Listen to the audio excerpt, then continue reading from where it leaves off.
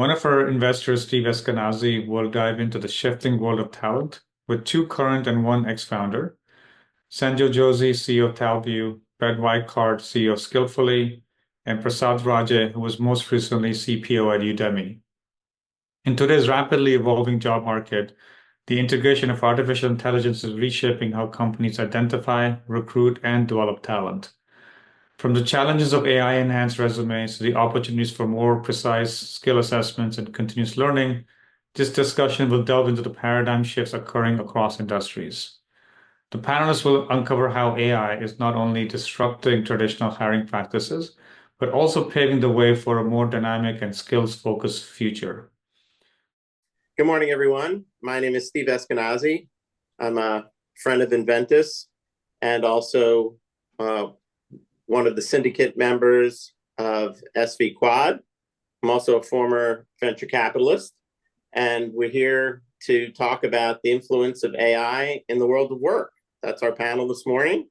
And with me, I have Brett Waikart from Skillfully, Sanjoe Jose of Talview, and Prasad Raje, formerly the Chief Product Officer of Udemy.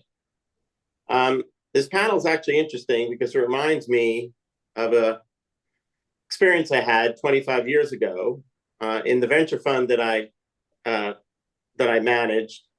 We had strategic limited partners in Gartner Group, CBT Systems, which is a training company, University of Phoenix, and Kaplan, which is part of the Washington Post. And we identified this large opportunity, yet we couldn't come up with a business model given all the pinch points of the market. So fast forward 25 years ago, we have some of the same problems. We have some additional problems. This is much bigger than HR tech. So let's get into the problem description, which also leads us to the opportunity. So I'm just going to share a few anecdotes that I've had personally, which will help illustrate and reinforce some of the problems and opportunities. The first is that I attended an offsite for an angel fund about a year and a half ago, and it was for entrepreneurs. And the two keynote speakers, one in the morning, one in the afternoon. First in the morning was Sam Altman of OpenAI, and the afternoon was our former president, Barack Obama. Sam in the morning started by saying that when he was running his angel fund 10 years ago, he would look at people and resumes from quote unquote elite institutions and colleges positively. And then 5 years ago, he would look at them neutrally. And now he would look at them negatively. And I think Obama in the afternoon really reinforced it by saying that he said to the entrepreneurs in the audience, he said, you know what you guys are really competing against? He said, performative optics. Everybody is shining up their resume, and few people actually can execute on what they're showing you on a piece of paper. He related the story of being in the Situation Room and figuring out whether to get and go in and get bin Laden. And the comment was that these high-priced Ivy League MBAs came to him and said, Mr. President, there's a 62% chance that he's in there. And Obama said, what am I going to do with 62%? He said, the guys that I like to hang around with were more gritty. They weren't the high-priced Ivy MBAs. They were the people who came to him and said, Mr. President, here's the situation, here's the problem, but here's the solution. If he's in there and we get him, here's how we make nice to Pakistan. If he's not in there, here's how we do a mea culpa to the world. So I think one of the key takeaways and pinch points is that what we see on a resume or on a LinkedIn profile is a potential mismatch for a person's true skill level. Second anecdote. I have a friend who is the daughter of a friend from college. She graduated from Georgetown, not a slouch school, came to the Bay Area. She wanted to get into website design and development. Her name is Abby. She decided to work for a startup, a very bro-oriented startup, I would say. And as part of her orientation, she was asked to do a project that would have taken probably a team of 2 to 4, the better part of 6 to 9 months to do, and she was asked to do it in 3 months. And when she couldn't do it, they put on a performance plan. And I helped her show her bosses that what they were asking her to do is not realistic. And mind you, she was making all of $40,000 to work at this company. And once she showed them that they were really creating a hostile environment, they apologized, but she said no, she had it. She wound up quitting. She then convinced my friend, her dad, who had already spent $400,000 on a Georgetown education, to spend another $12,000 on a series of classes in San Francisco within the user interface, user design, user experience world. After 8 weeks in this class, she came out and got 3 offers, each at $125,000 or better. And I think we all have similar stories of people like Abby, which basically reinforces that what's being taught in college is a potential, if not true, mismatch to what companies in the market are actually looking for. And we also know that AI turbocharges both of these problems because it can take programming exams on behalf of candidates. It can also create misinformation and disinformation. So the question for the panel is, are we finally at an inflection point in the market where we will enable new companies to disrupt and come in and help companies identify and screen the right talent across multiple roles and multiple industries? As I said before, this is much bigger than HR tech. This affects all companies and all industries. So with that, I'm going to like to start by turning it over to Brett Waikart from Skillfully, who'll tell us a little bit about his company and how he's attacking the market. Brett? Thank you, Stephen.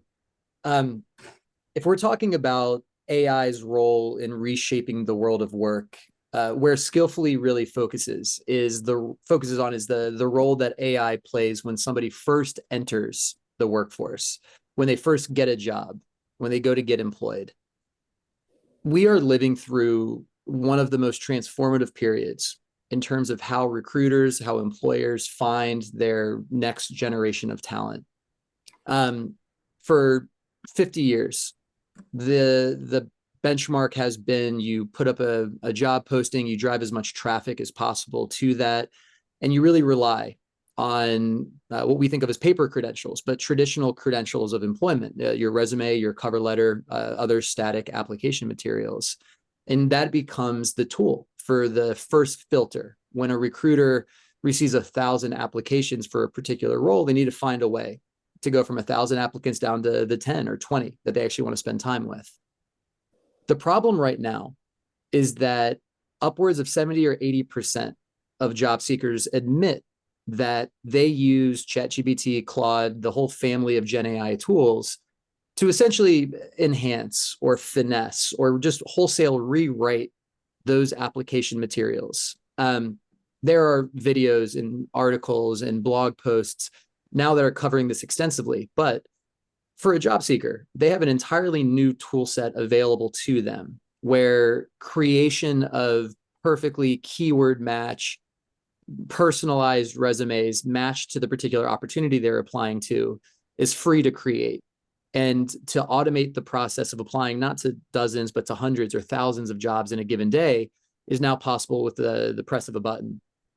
What this means is that employers are now in an AI arms race. Employers are now facing a unprecedented volume of application materials that are coming to them And recruiters are buried.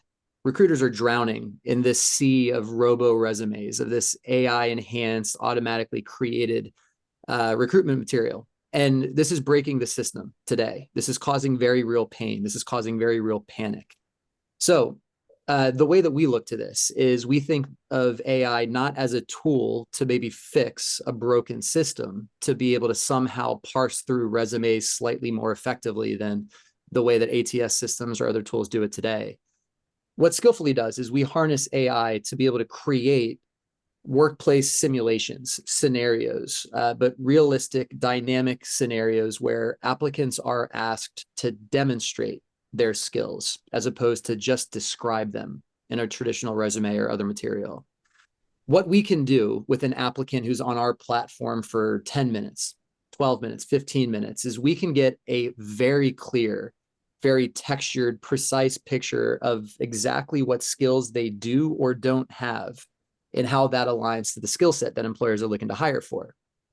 What this means is it's a huge time saver. It's a huge cost saver, but it gives employers a way to sidestep this AI arms race where they're plunged into nothing more than a numbers game, where they're trying to parse through an impossible mountain of this incoming application material. What that does for our employers, it gives them the chance to reclaim that time that would have otherwise been spent in an unending resume review cycle where they're stuck in their ATS, stuck looking at these digital records of somebody's employability, and they can take that time and they can reinvest that in what they really want to do in the human-centric side of hiring, where they can spend that time building relationships with very well qualified, very talented and skilled bottom of the funnel talent. We're the newest member of the ICP portfolio, or near close to it. We're just getting started, but we already are working with companies like Bloomberg and Ernst & Young and Athena, others. This is a huge problem right now, but helping them parse that kind of top of the funnel has already been a transformative kind of solution for those employers we work with. I'm very top of the funnel, our company is. We very naturally sit alongside another portfolio company here, Sanjoe and Talview. We live very much in the same space, but Sanjoe, can I maybe hand it to you from there? This is really neatly where you step in. Great. So like Brett mentioned, today with powerful tools like Skillfully, you have an opportunity to identify the right talent without some of the challenges which otherwise employers would face. But once you identify the right talent, you still rely on interviews to make the decision on whom to hire, whom to onboard and bring into your organization. But with the emergence of generative AI, there are challenges as well as opportunities which have emerged for employees, even when it comes to interviewing. So, for example, with interviewing, one of the primary challenge that GenAI has created is the increase in interview fraud. Today, there are browser plugins or desktop applications which candidates can use to listen into interviewer questions and prompt them with answers which they can just read on the screen, which defeats the entire purpose of interviewing or decreases the credibility of interview as a process. And on the other side, one of the opportunities which has emerged is traditionally the weakest link in the interview process is the interviewer. Most interviewers do not have formal interview training, and there is no review of their performance at any stage in the process. It's kind of a black box. And that's where Talview comes in. We have interviewing agents. We have a proctoring agent and an interviewing agent, which addresses these problems head on. A proctoring agent, Alvi, has the ability to ensure that every candidate who is joining an interview is the same person they are supposed to be. And it continuously monitors their video feed, their screen feed to ensure that they are not taking any external help. Their answers are genuine. They are not being prompted by a tool. They're not being the candidates are not taking advantage of this kind of a democratization of interview fraud, which is powered by generative AI. And on the other side, our interviewing agents help interviewers right from preparing for the interview by ensuring that they have somebody who can analyze all the information which is there in the job description, which is there in the candidate resume, previous rounds of interview discussions with the candidate, and build an interview guide for them so that they're well prepared for every interview which they're entering into. And during the interview, listen in and ensure that they're being nudged to ask questions in areas which are left uncovered, help them understand concepts which probably they're not very familiar with what the candidate is speaking about, so that they can also make informed judgment about candidates' fitment in all those areas. And post-interview, also summarize these interviews and use that for objective decision making. So we are seeing that while generative AI is posing new challenges for employees, it's also coming with solutions which are very powerful, which is making the process of interviewing a lot more objective, a lot better experience, and at the same time also secure. And you don't have to worry about how candidates are taking or misusing some of this Gen AI capabilities. So that has been our experience. Talview has been part of the Inventors portfolio for almost 5 years now. We today work with many large organizations from Meta, Nvidia, Amazon, PwC, Accenture. So we work across industries and have been able to deliver value in ensuring that interviews are done in the right manner across industries. Back to you, Steve. Thank you, Sanjoe. Prasad, along with me, you're kind of the gray hair, so to speak, on the panel, because obviously Udemy is a much older company and multi-hundred million in revenue, and obviously focuses on upskilling people. What comments or thoughts or insights do you have to offer, given what you've just heard from both Brett and Sanjoe? Yes, terrific question, Steve. Really, the way I see it is Brett and Sanjoe are really at the vanguard of bringing people into an organization based on a skills assessment. And I see this as being extremely aligned with the big trends we are seeing in the market as Udemy. Udemy's entire go-to-market approach is skills, Udemy skills. That's sort of the way we think about it. And essentially, Udemy's B2B business is about 500 million ARR, and Udemy's direct-to-consumer business is about 300 million on an ongoing GMV basis. And these two numbers should tell you that both individuals and companies care deeply about upskilling themselves on an ongoing basis through their careers, and as job changes happen within companies. And we know that skills-based organizations are very much here to stay. Companies have gone to a much more fungible, much more micro-defined set of skills to manage their employees, simply because based on the old way of doing things, they simply are not getting the agility, the responsiveness to business change that they need. And so employers are finding that the way to manage the transformation that they're seeing in their businesses, with changes in the core business itself and in markets, as well as changes in technology, the way to accomplish that, to respond to that, is in fact by upskilling, and that first involves knowing the skills that your organization has or that your employees have. And so I see what Brett and Sanjoe are doing is very much supported by what we see in companies at Udemy. Mm-hmm.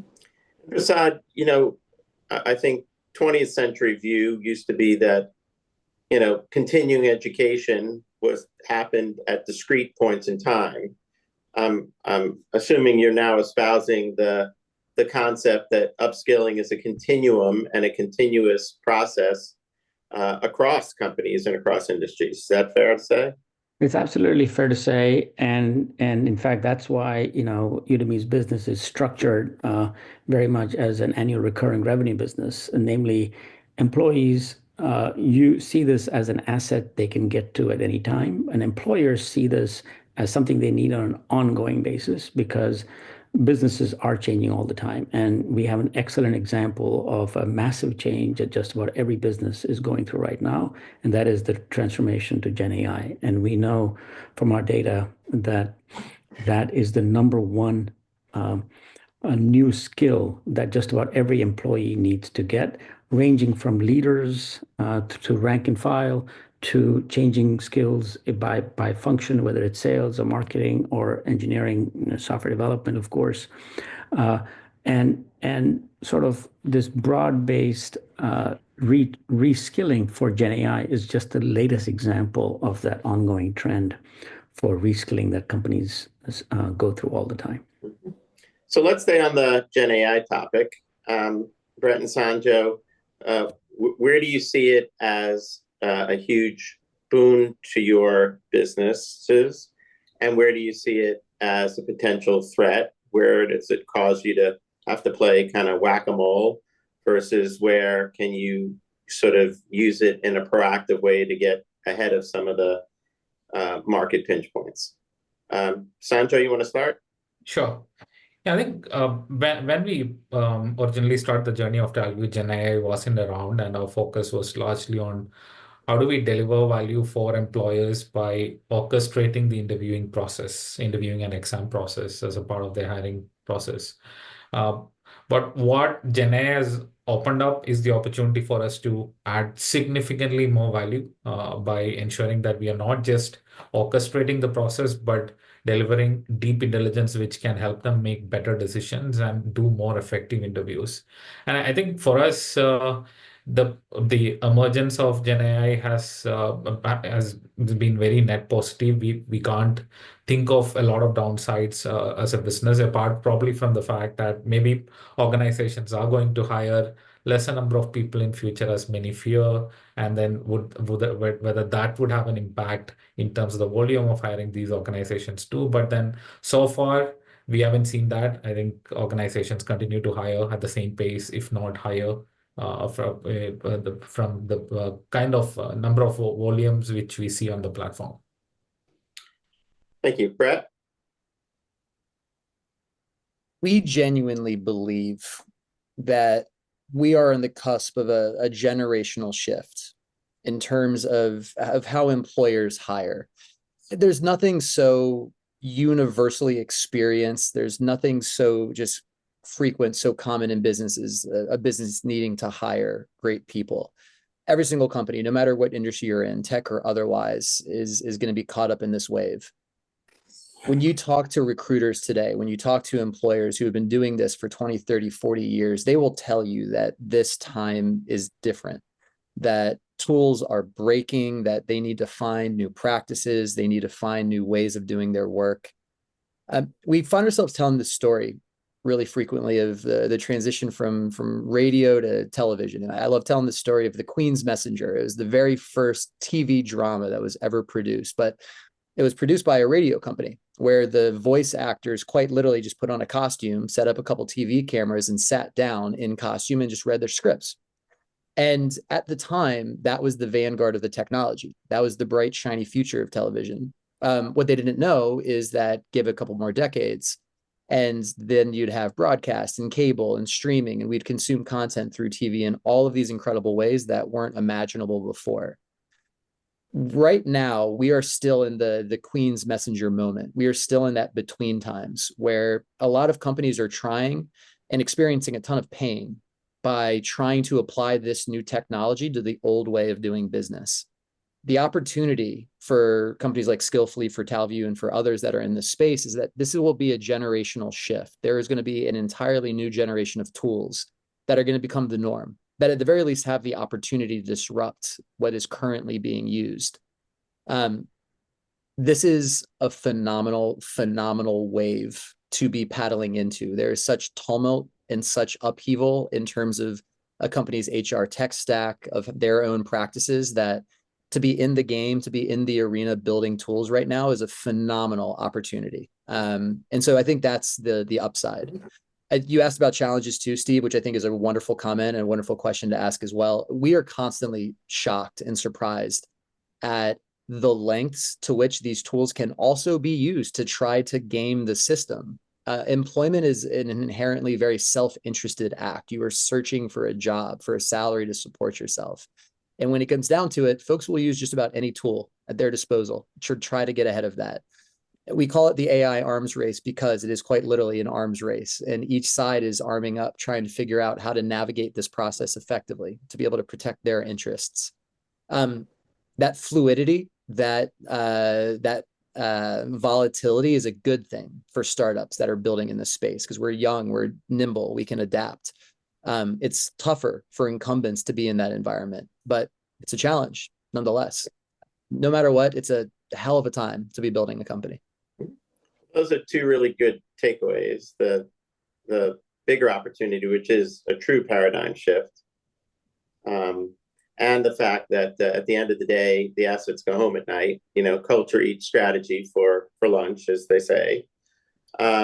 Which brings us back for the last comment. I'll give you the last word, Prasad, because on the upskilling side, that's what it's all about, right? Making sure you have the right people and the right culture and the right skill sets. So why don't you offer any last minute observations here? Thanks, Steve. Yes, absolutely. Upskilling is an ongoing activity. And by the way, GenAI has changed the nature of upskilling itself, in addition to being a driver of upskilling, as we already talked about, which is that GenAI allows learners to learn better in the context of courses, for example, as with course assistants, and that's a technology ad. That's valuable. That's at the top of the content that Udemy has, as well as allows organizations to define much more personalized, much deeper and deeper matched learning regimens or learning paths for a given individual, for a given organization at a given moment, for a given business need. And this has traditionally been sort of the bane of and the burden of learning and development organizations in companies. The chief learning officers I speak to are enormously happy that GenAI technology has come along to help them create this personalized, on-demand upskilling throughout the entire life cycle. So I see, again, to close it out, this is a transformation that Brett and Sanjoe are doing. On the intake side, I can assure you, chief learning officers are going to be very interested in aligning that intake of skills with the ongoing skills journey of their employees. Thank you, Brett, Sanjoe, Prasad. Thank you all for the panel, and I think we're done.